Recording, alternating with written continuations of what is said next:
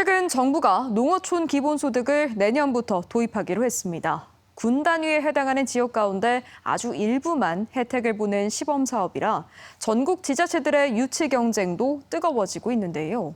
다만 예산 부담 때문에 모든 지역에게 기회가 열린 건 아닙니다. 조수영 기자가 취재했습니다.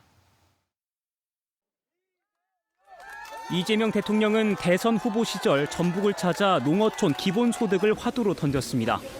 도내에서 인구가 가장 적은 장수군의 한 농촌 마을을 방문한 자리였습니다. 저는 농촌 기본소득을 조금이라도 소규모라도 좀 도입을 했으면 좋겠다. 그래서 내가 전북지사한테도 대표적 케이스로 장수 같은 데 하면 좋겠다. 그리고 최근 정부가 확정한 농어촌 기본소득 시범 사업. 총 4,250억 원이 투입되는 이번 사업은 당장 내년 1월부터 시행됩니다. 소멸 위기가 심한 69개 군 단위 지역 가운데 6곳을 올해 안에 선정한다는 계획입니다. 시범 사업 대상지가 되면 지역 주민 누구나 매달 15만 원, 연간 180만 원을 지급받게 됩니다.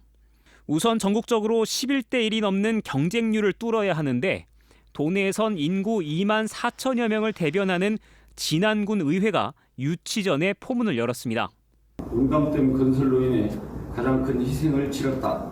농어촌 기본소득은 이러한 현실을 극복할 수 있는 가장 실질적인 대책이다. 하지만 모든 인구 감소 지역에 주어지는 기회는 아닙니다. 지역 한 곳에 투입되는 수백억대 예산 가운데 60%가 지방비, 그리고 이 가운데 대부분은 군 지역이 부담하는 몫인데 그래도 우선 선정되는 게 가장 중요한 과제입니다. 특히 내년 지방선거를 앞두고 기본소득을 당해낼 만한 성과를 찾기 어렵기 때문에 지자체장과 지방의원들 입장에서는 선정에 사활을 걸 수밖에 없습니다. 전라북도에서 가장 작은 장수군이 선정됐으면 좋겠다라는 게 이제 국민들의 소망이고 의견입니다. 재원을 마련하는 게 가장 중요하잖아요. 협의를 통해서 재원 조정해서 만들어 나갈 계획입니다.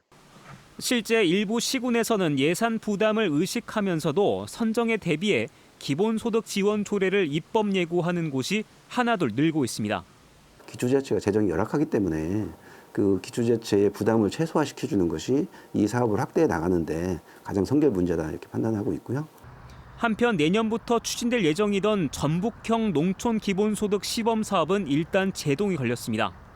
전북도는 당초 도내 7개 군 지역 가운데 각 1개면을 선정해 해당 주민들에게 매달 10만 원을 지급하고 성과를 평가할 계획이었지만 새 정부가 지역 차원의 실험을 전국으로 확대하기로 하면서 잠정 중단시켰다고 밝혔습니다. MBC 뉴스 조수영입니다.